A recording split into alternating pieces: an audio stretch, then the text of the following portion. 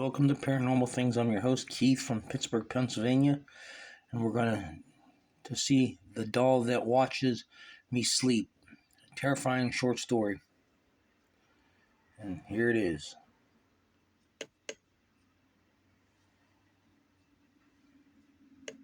I've lived in this house for over 30 years now. I grew up here with my parents, and I never wanted to leave. After I got married, I stayed in the family home while my wife, Susan, lived with her parents in their apartment building downtown, and every weekend we would meet somewhere in between and have our romantic time. But it was always an exhausting trip.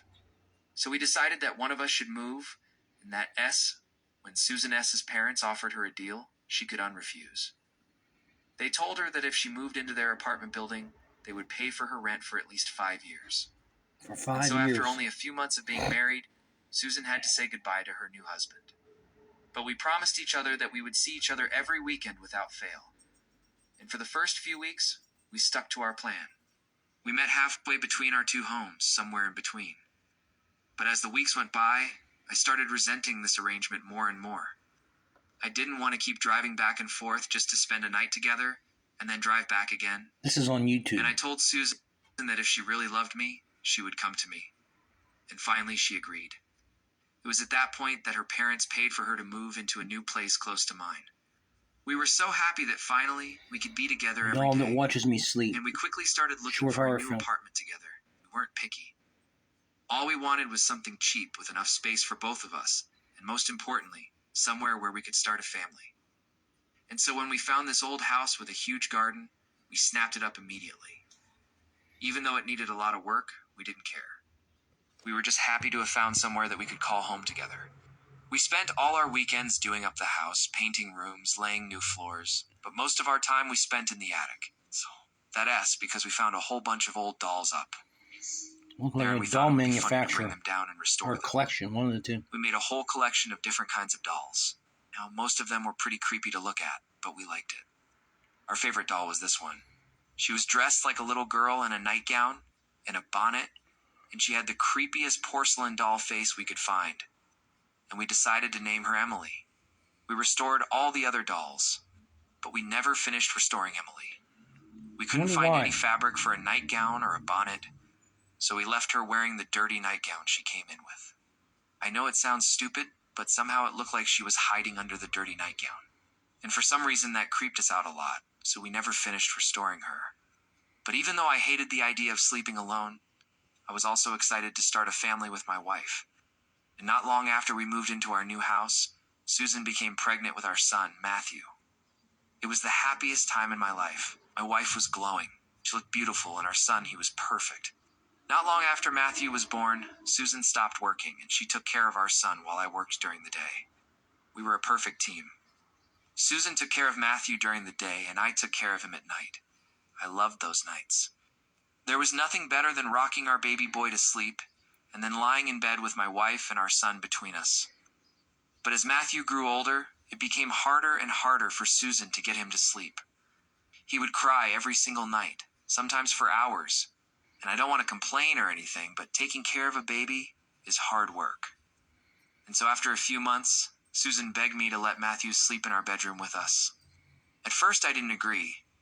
I didn't want our son to get used to falling asleep with us there, but I could see how exhausted my wife was, so I gave in. It wasn't long before Matthew was sleeping through the night, and it was so nice to fall asleep next to my son. He slept right in between my wife and me. The only problem was that he was scared of the dark.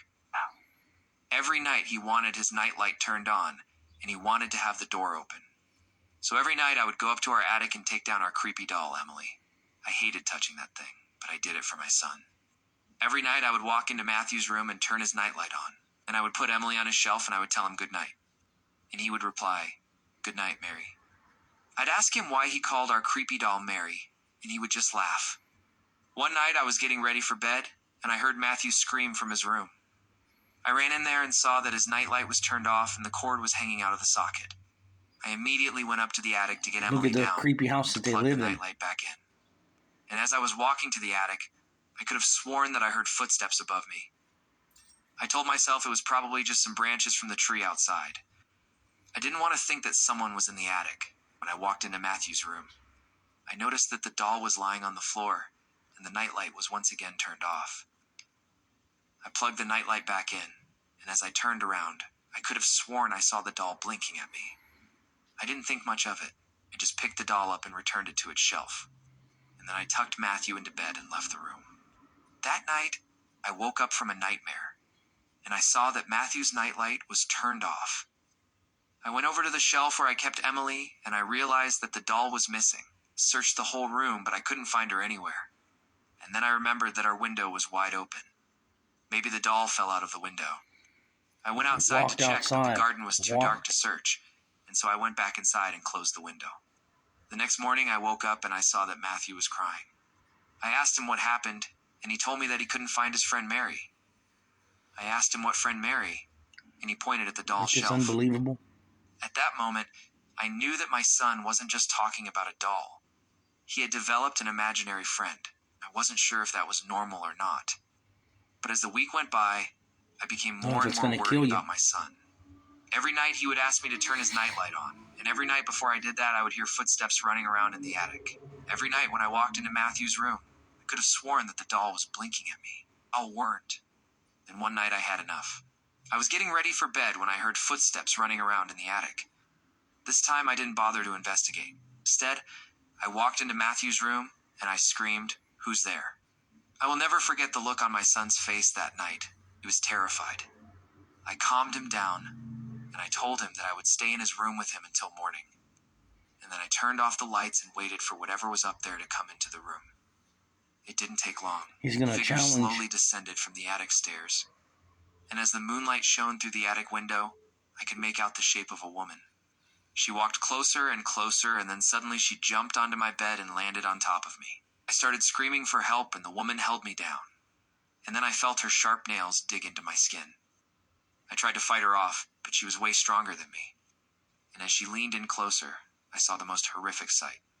Her eyes were completely black. There wasn't a trace of my son or Susan anywhere. Unbelievable. And so I want you to take a moment to subscribe. Please don't forget that. Thank you.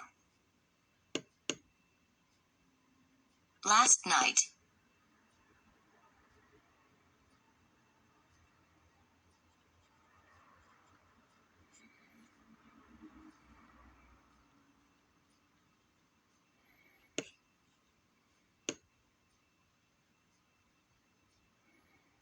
Last night, I heard a knock from inside my closet.